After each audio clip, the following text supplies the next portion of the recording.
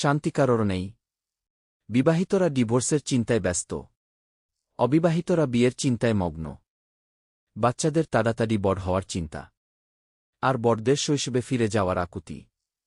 চাকরিজীবীরা কাজের চাপে চিন্তিত, আর বেকারদের চাকরি পাওয়ার চিন্তা। গরিবরা অভাব দূর করার চিন্তায়, আর ধনীরা সম্পদ হারানোর ভয়ে অস্থির।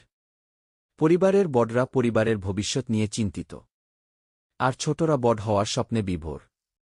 যারা জনপ্রিয় তারা জনপ্রিয়তা ধরে রাখার চিন্তায়, আর যারা সাধারণ তারা একদিন জনপ্রিয় হওয়ার স্বপ্নে বিভোর। কেউ অতীত নিয়ে আফসোস করে, কেউ ভবিষ্যৎ নিয়ে দুশ্চিন্তা করে, অথচ বর্তমানটাকে উপভোগ করার সময় কারোরই যেন নেই। আসলে শান্তি কারোর নেই, শুধু মানুষের দুশ্চিন্তার কারণগুলো আলাদা।